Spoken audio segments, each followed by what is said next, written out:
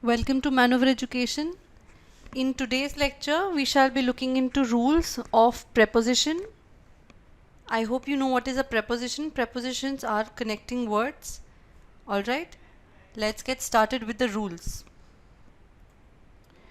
The first rule being, a preposition cannot be followed by a verb. Verb placed immediately after the preposition must be in its gerund form. Alright, so what is a gerund form? Can you see this word here, gerund? What does this mean? The gerund form simply means a noun or a verb which can be used both ways. For example, a verb in its gerund form means a verb which can be used as a noun as well. Alright, so any gerund form, how will you recognize a gerund form? Any gerund form of a verb or a noun, we can call it either ways. They will always have an ing ending. They will always be in an ing ending. Alright, so the rule says preposition cannot be followed by a verb. Cannot be followed by a verb, and verb placed immediately after this preposition must be in its gerund form. Let us look at the example. The first example is, he prevented me from drinking cold water. Now can you see this? Drinking is a gerund form of the verb. Alright, so gerund, how do you recognize? It has an ing. This is how you recognize a gerund. So he prevented me from is the preposition. Okay, he prevented me from drinking cold water. Now how will you know if drinking is now to explain gerund in a much better way, let me give you an example. In this statement, he prevented me from drinking cold water. In this sentence, drinking is used as a verb. Drinking is used as a verb. Prevented me from drinking cold water. So this is an action that I am doing, drinking. But at the same time, I can give you a statement saying this is a drinking water pond. Okay, so this is a drinking water pond. Here, drinking water pond is a noun. Alright, I hope you get this. For example, I'll give you another example here. Drinking water will be used as a noun. Okay, I'll give you another example. For example, I said, I went for swimming yesterday. Okay, here swimming is a verb. I went for swimming yesterday. And I can give you another example. This is a swimming pool. Here swimming pool is a noun. Alright, so can you see the same word swimming is used as a verb as well as a noun? This is how you know the meaning of gerund. Gerund is something that can be used as a verb and a noun also at the same time.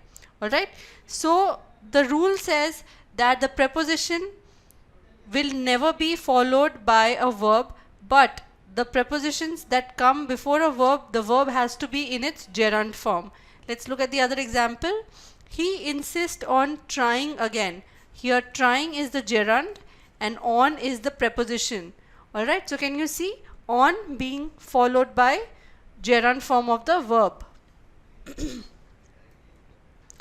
The second rule talks about when object of the preposition is an interrogative pronoun. What are interrogative pronouns? They are what, who, whom, which, where, etc. These are all interrogative pronouns. Okay, so when an object of the preposition is an interrogative pronoun, the preposition usually takes end or front position. Alright, for example, if the sentence is talking about such interrogative prepositions, what, who, whom, which, where, then the preposition will come either at the end of the sentence or will come here at the beginning of the sentence. Let us look at the example.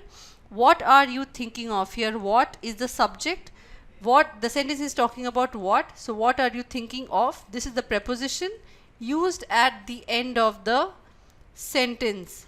What are you thinking of? Again, who were you talking to? Again, this is the preposition, and who is the interrogative pronoun.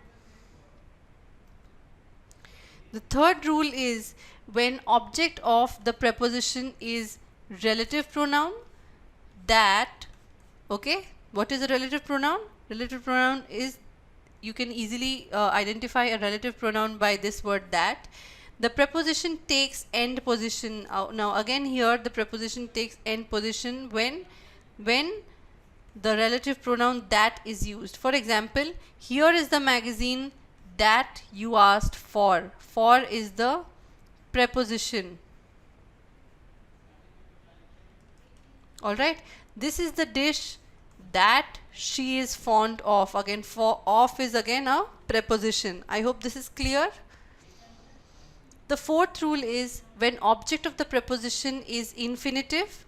What is infinitive? Infinitive is a verb form added with to. To plus any verb becomes infinitive. Alright.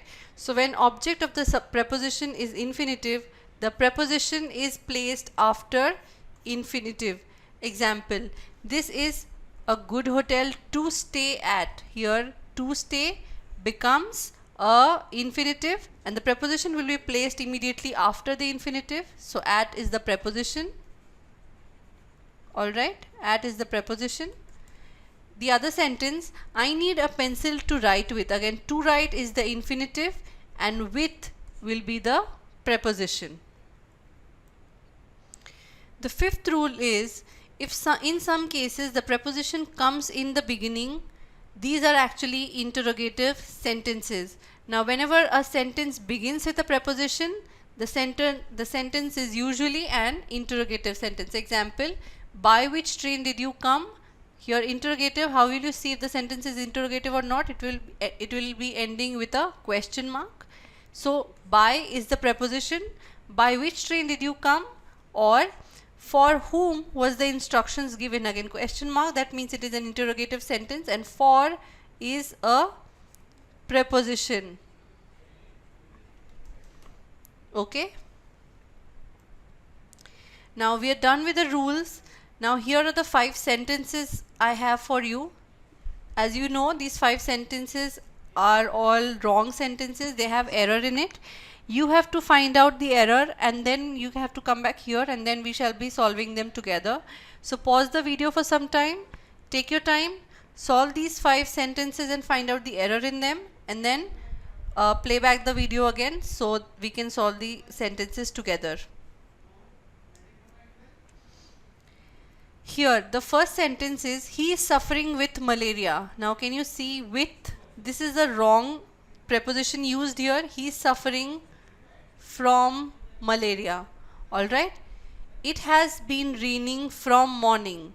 Now here again this preposition is wrongly used here. It has been raining. It has been raining since morning. Okay. Now I have not seen her from 6 months.